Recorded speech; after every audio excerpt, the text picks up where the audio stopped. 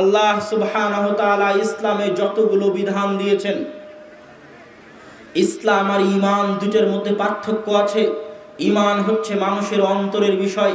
6টা বিষয় মনে মনে বিশ্বাস করতে হয়, যার একটা আজকে আপনাদের বিশ্বাস করানোর চেষ্টা করলাম, সেটা হচ্ছে ফেরেশতা। 6টা বিষয় মনে মনে বিশ্বাস করতে হয়, এটা ঈমান। আর ইসলাম হচ্ছে বাহ্যিক ইবাদত। 5টা জিনিস বাহ্যিকভাবে করতে হয়, তাহলে আপনি মুসলমান। আর ওই 5টা ইবাদত বাহ্যিকভাবে না করলে, অন্তরে ঈমান থাকলেও আপনাকে মুসলমান বলে গণ্য করা হবে না। ওই 5টা বাহ্যিক ইবাদত আপনারা জানেন, মুখে কালেমার উচ্চারণ, সালাত, সিয়াম, হজ, যাকাত। এই 5টা ইবাদতের মধ্যে শাহাদাতাইন, কালেমাতুশ শাহাদা বাদে যে 4টা ইবাদত আছে প্রকাশ্য বাহ্যিক, এই 4টা ইবাদতের 2টা ইবাদত আল্লাহর দয়া, আল্লাহর রহমতের সাথে সম্পৃক্ত। আর 2টা ইবাদত আল্লাহর ক্ষমতা, আল্লাহর দাপট, আল্লাহর পাওয়ারের সাথে সম্পৃক্ত। যে 2টি আল্লাহর দয়া, আল্লাহর রহমতের সাথে সম্পৃক্ত, তার একটা হচ্ছে সিয়াম। আল্লাহ সুবহানাহু ওয়া তাআলা নবী, রাসূল, কোনো খলিফা, কোনো শাসক, কোনো ব্যক্তি কাউকে জোর করে সিয়াম পালন করাতে পারবে না। ও যদি দিনের বেলা গোপনে পানি খেয়ে নেয়, ঠেকানোর কেউ নাই। এই জন্য সিয়ামের সম্পর্ক আল্লাহর দয়ার সাথে, আল্লাহর ভালোবাসার সাথে, আল্লাহর রহমতের সাথে। হজ মানুষ আগ্রহের সাথে, আবেগের সাথে মানুষ হজ করতে যায়। হজের সম্পর্ক আল্লাহর শাসন ক্ষমতার সাথে নয়, আল্লাহর দয়া, আল্লাহর ভালোবাসার সাথে।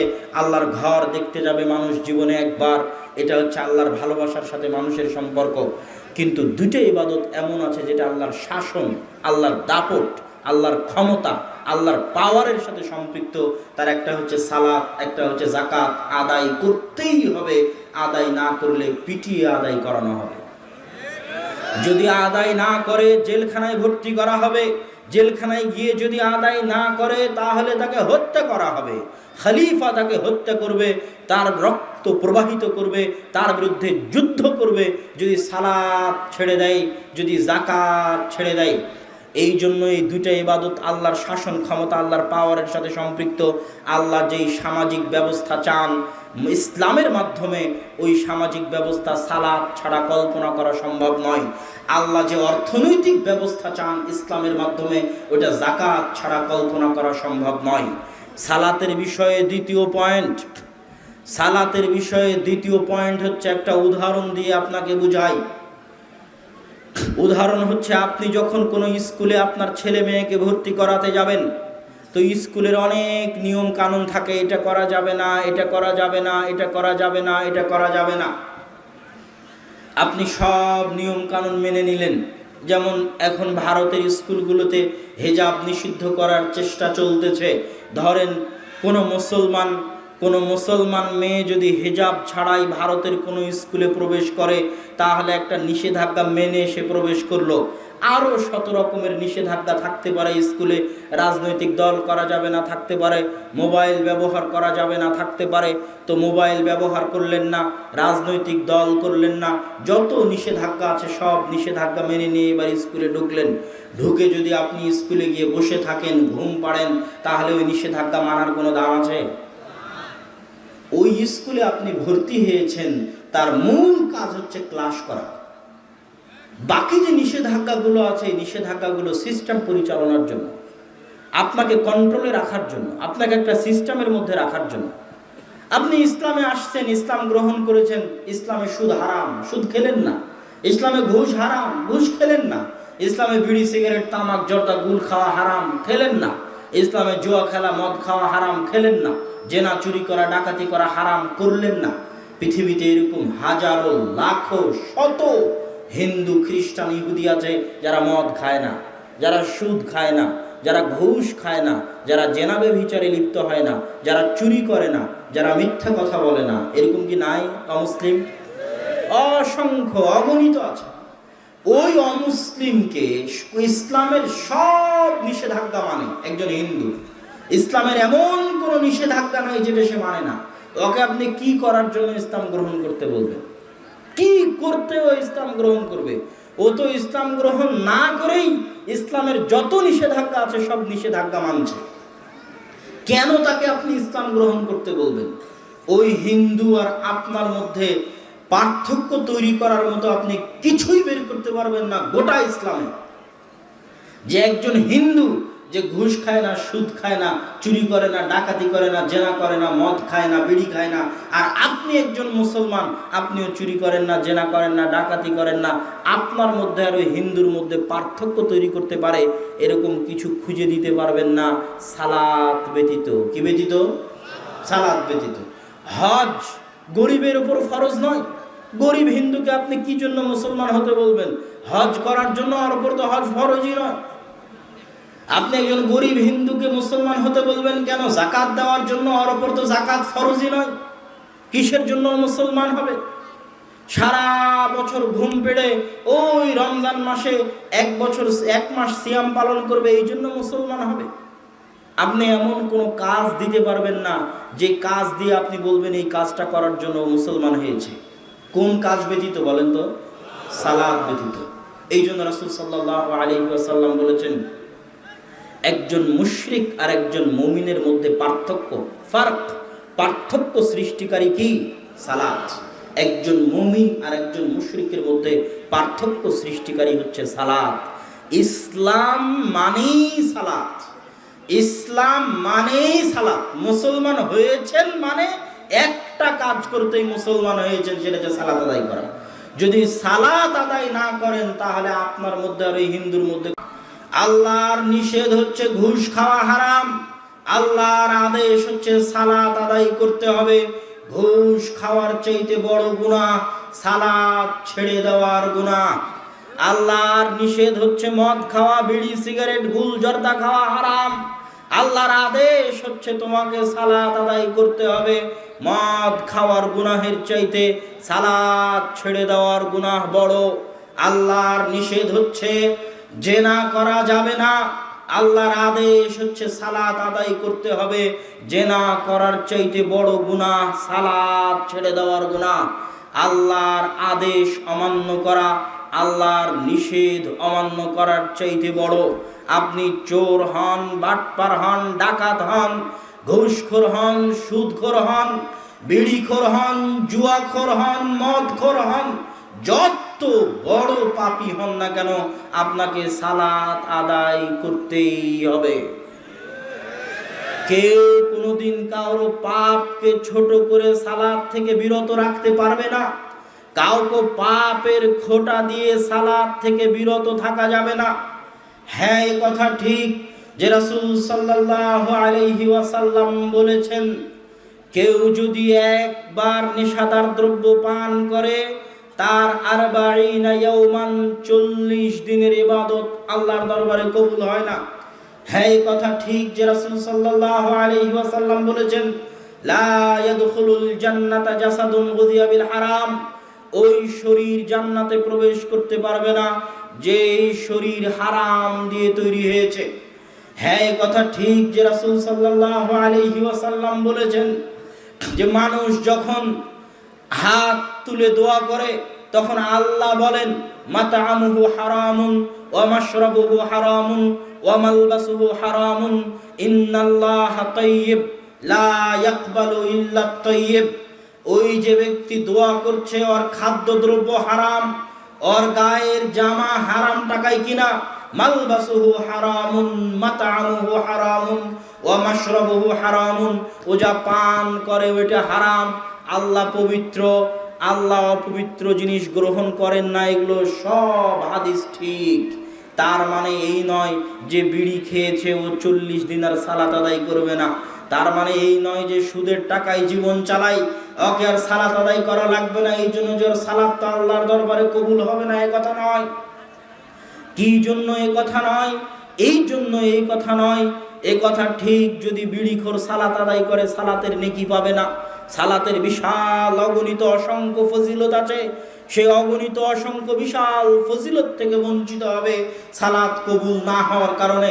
কিন্তু সালাত ছেড়ে দিলে যে মহা গুনাহ হতো, যেই গুনাহ সুদ খাওয়ার চাইতে বড় গুনাহ, যেই গুনাহ ঘুষ খাওয়ার চাইতে বড় গুনাহ, যেই গুনাহ মদ খাওয়ার চাইতে বড় গুনাহ, যেই গুনাহ জেনা করার চাইতে বড় গুনাহ, সালাত ছেড়ে দিলে যেই গুনাহ হতো ওই গুনাহ থেকে সে বেঁচে যাবে।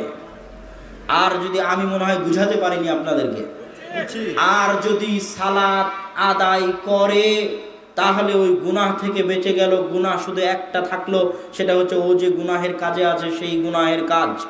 আর যদি সালাত আদায় না করে তাহলে ওর গুনাহ ডবল, এক বিড়ি খাওয়ার গুনাহ আর এক নামাজ না পড়ার গুনাহ, এক সুদ খাওয়ার গুনাহ আর এক সালাত ছেড়ে দেওয়ার গুনাহ, এক ঘুষ খাওয়ার গুনাহ আর এক সালাত ছেড়ে দেওয়ার গুনাহ। অতএব হে মুসলিম ভাই, হে মুসলিম বোন, আপনাকে বলছি, আপনি যদি বিড়িখোর হন, বিড়ি এখনই খাওয়া শেষ করলেন, সালাতের সময় হয়েছে, বিড়ি খাওয়ার অজুহাতে আপনি সালাত ছাড়তে পাবেন না, সালাত আদায় করতেই হবে। আপনি যদি ঘুষখোর হন, সুদখোর হন, এখনই টেবিলের নিচ দিয়ে লাখ টাকা কোটি টাকা সুদ ঘুষ নিয়েছেন, এই অজুহাতে আপনি সালাত ছাড়তে পাবেন না, সালাত আপনাকে আদায় করতেই হবে। এখনই যদি আপনি বেশ্যালয় থেকে বের হয়ে আসেন, ওই অজুহাতে সালাত পরিত্যাগ করতে পাবেন না, সালাত আপনাকে আদায় করতেই হবে। সালাতের বিকল্প কিছু নাই, সালাত আদায় করতেই হবে। যত বড় পাপী হন, যত বড় পাপিষ্ঠ হন, কি জন্য সালাত পরিত্যাগ করা যাবে না? এই সালাতই যদি ধরে রাখেন আপনি, এই সালাত একদিন আপনাকে গুনাহ থেকে বিরত রাখবেই রাখবেই রাখবেই ইনশাআল্লাহ। কি জন্য এই সালাত আপনাকে গুনাহ থেকে বিরত রাখবে? মানুষ জানে না। কোরআনের এই আয়াতের ব্যাখ্যা মানুষ বুঝতে পারে না যে ইন্নাস সালাতা তানহা আনিল ফাহশাই ওয়াল মুনকার, সালাত মানুষকে গুনাহ থেকে বিরত রাখতে পারে, আল্লাহ কোরআনে বলছেন। কিন্তু মানুষে জানে না, মানুষে বুঝে না। কিভাবে সম্ভব? দেখেন, পৃথিবীতে যত মানুষ গুনাহ করে, সব মানুষ গুনাহ করে অন্তরকে কন্ট্রোল না করতে পারার কারণে, অন্তরকে নিয়ন্ত্রণ করতে না পারার কারণে মানুষ গুনাহে লিপ্ত হয়। জিব্রাইলকে যখন আল্লাহ বলেছেন যাও জাহান্নাম দেখে আসো, হুজিবাতিল নারু বিশাহাওয়াত, আল্লাহ জাহান্নামকে ঘিরে দিয়েছেন মানুষের মনের চাহিদা দিয়ে, মনের চাওয়া, মনের পাওয়া, মনের আকাঙ্ক্ষা, মনের স্বাদ, মনের ইচ্ছা দিয়ে আল্লাহ জাহান্নামকে ঘিরে দিয়েছেন।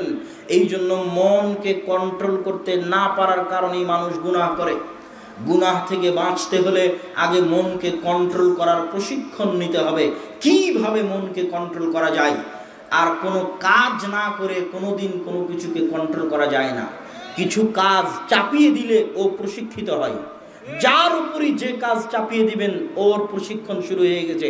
কাজ করতে করতেই ও ট্রেনিং নিয়ে ফেলে কিভাবে ও কোন জিনিসকে কেমনে কন্ট্রোল করবে। আর যদি কাজ চাপিয়ে না দেন, ও কোনোদিন প্রশিক্ষিত হতে পারবে না। আপনার অন্তরকে যদি আপনি কন্ট্রোল করতে চান, গুনাহ থেকে বাঁচাতে চান, যে গুনাহ করতে চান না, আপনি গুনাহ থেকে বাঁচতে চান, পৃথিবীর যে কোনো গুনাহ থেকে বাঁচতে চান, তাহলে আগে আপনার অন্তরকে কন্ট্রোল করা শিখতে হবে। আর অন্তরের উপর কন্ট্রোল ক্ষমতা প্রতিষ্ঠা করার পৃথিবীতে সালাতের চাইতে বড় কোনো মাধ্যম নাই। 5 ওয়াক্ত সালাত মসজিদে জামাতে উপস্থিত হওয়া পৃথিবীর বুকে সবচেয়ে বড় চ্যালেঞ্জ। 5 ওয়াক্ত সালাত জামাতে মসজিদে উপস্থিত হওয়া পৃথিবীর বুকে মনের বিরুদ্ধে সবচেয়ে বড় চ্যালেঞ্জ। 5 ওয়াক্ত সালাতে জামাতে উপস্থিত হওয়া আসমানের নিচে জমিনের উপরে মনের বিরুদ্ধে লড়াই করে 5 ওয়াক্ত সালাতে মসজিদে উপস্থিত হওয়া পৃথিবীতে সবচেয়ে বড় চ্যালেঞ্জ। আর এই চ্যালেঞ্জ যে একবার গ্রহণ করতে পারে, ওর আত্মা ধীরে ধীরে ট্রেন আপ হয়, কিভাবে ও মনকে কন্ট্রোল করতে পারবে। একবার যদি 5 ওয়াক্ত সালাত নিয়মিত মসজিদে আদায় করার অভ্যাসই বানিয়ে ফেলে নিজের আত্মাকে, ওই আত্মা গুনাহ থেকে বিরত থাকা এমনি শিখে যাবে। যত মানুষ দেখবেন গুনাহে লিপ্ত, এরা কেউ নিয়মিত 5 ওয়াক্ত সালাত জামাতে আদায় করতে পারে না।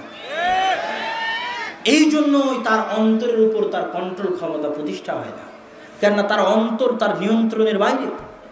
আপনি যদি অন্তরকে কন্ট্রোল করতে চান, প্রথম ফার্স্ট পদক্ষেপ হচ্ছে 5 ওয়াক্ত সালাত মনের বিরুদ্ধে লড়াই করে মসজিদে উপস্থিত হয়ে আদায় করতে হবে। তাহলে আপনার অন্তর প্রশিক্ষিত হবে, অন্তরকে আপনি কন্ট্রোল করা শিখে যেতে পারবেন।